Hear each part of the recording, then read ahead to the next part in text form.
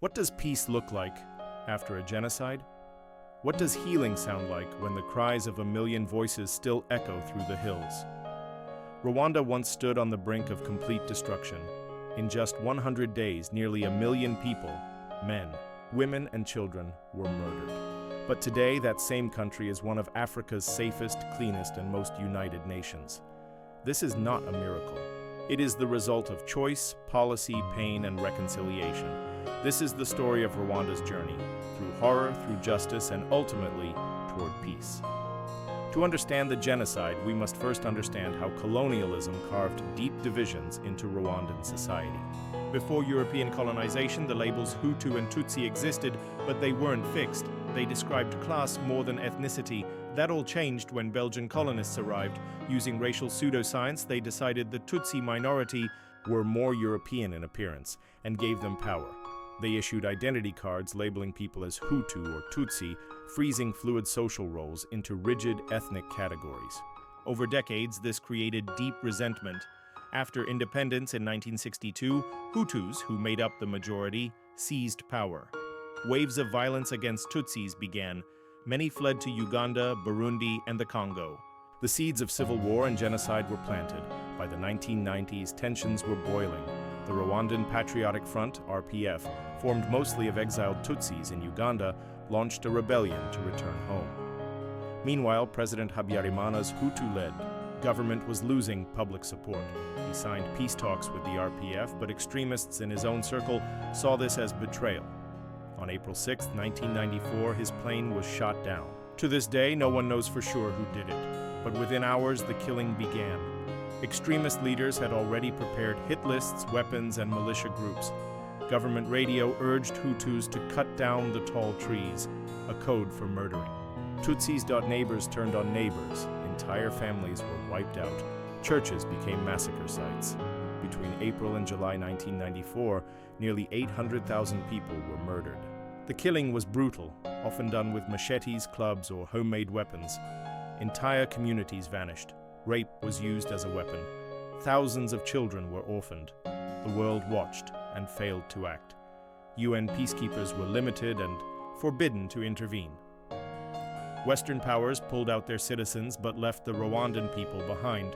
Only the RPF, led by Paul Kagame, advanced from the north and began to push back the genocidal government. By July, the genocide ended when the RPF took Kigali, but the country was in ruins. Millions had fled to refugee camps, some controlled by the same genocidal leaders. Justice, healing, and rebuilding seemed almost impossible. In the aftermath, Rwanda faced a moral and practical crisis. How do you prosecute thousands of killers with a broken justice system? The Rwandan government chose a hybrid approach. It participated in the UN's International Criminal Tribunal for Rwanda, ICTR, which tried key organizers in Arusha, Tanzania.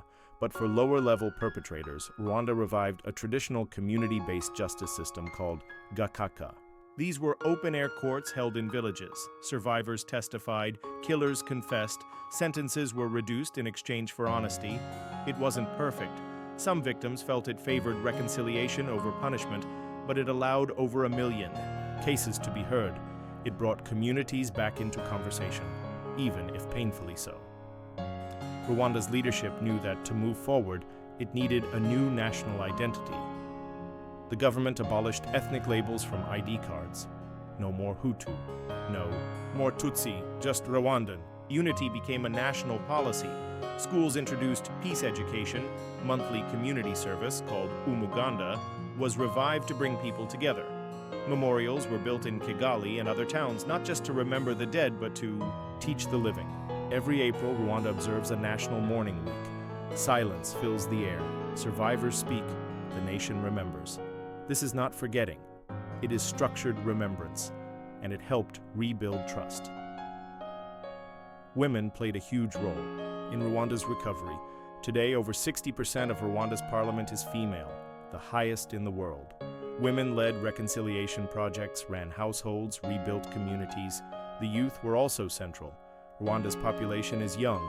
Most were born after the genocide. Peace clubs, youth-led development, and digital education are shaping a new generation, one that doesn't carry the burden of hatred, but carries the responsibility of memory.